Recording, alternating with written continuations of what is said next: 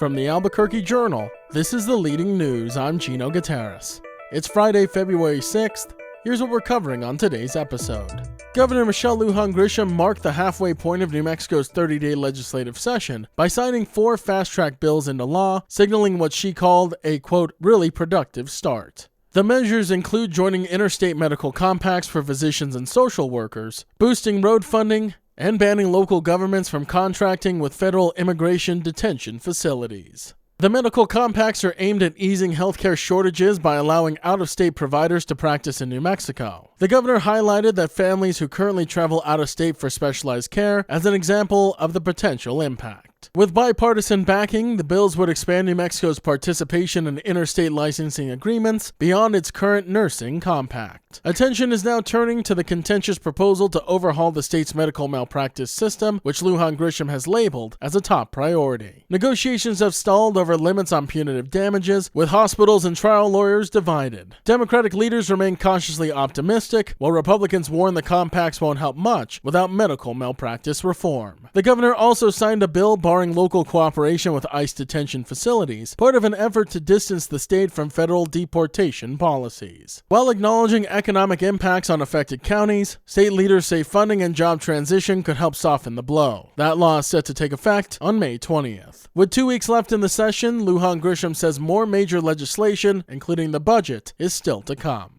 Several prominent Native American leaders say they were misled into appearing on a New Mexico Republican Party flyer promoting a partisan event at the state capitol. In a letter, 6 of the 8 people pictured, including artists, filmmakers, business leaders, and Miss Indian New Mexico, say they believe they were being invited to a nonpartisan gathering celebrating American Indian Day, not a GOP-sponsored event. The flyer, posted on New Mexico's GOP Instagram account, advertised the event called the, quote, Red Rise of Native New Mexico, and listed the individuals as, quote, special guests. The group said they did not consent to having their names or images used for any political or party-affiliated purpose. State GOP Chair Amy Barella said the situation was a misunderstanding, explaining she believed the event was connected to American Indian Day activities and had been shared with both major parties. She said the post was removed once the concerns were raised. Patsy Phillip, who is the director of the Museum of Contemporary Native Art at IAIA, said she only learned she was on the flyer after a friend contacted her. She said the experience was upsetting, particularly given her role as a nonpartisan representative of a federally funded institution. The organizers later apologized, saying, quote, Red Rise referred to the missing and murdered Indigenous women and girls. Still, Native leaders say they will not attend the GOP event and instead plan to hold their own gathering at the Capitol at the same time.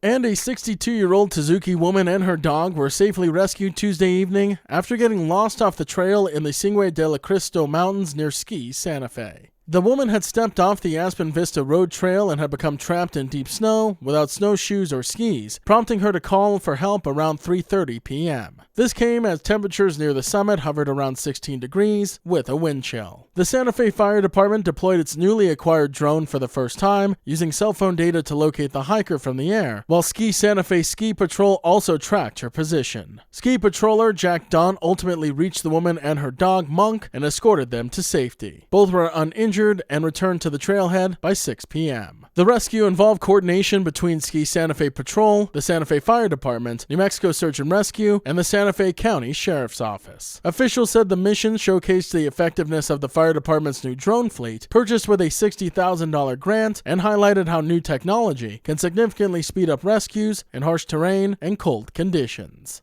The leading news is powered by the journalism of the Albuquerque Journal. If you enjoy hearing all of the stories we share with you here daily, please consider becoming a digital subscriber to the Journal by utilizing the discount code in our show notes. Every subscription helps support local journalism and allows us to provide you with the news that matters to you. Now taking a look at Albuquerque's weather forecast. Today you can expect sunny skies with a high near 65, and as for this evening, partly cloudy with a low around 37. To keep up with all the latest news from the Albuquerque Journal, you can visit our website at abqjournal.com.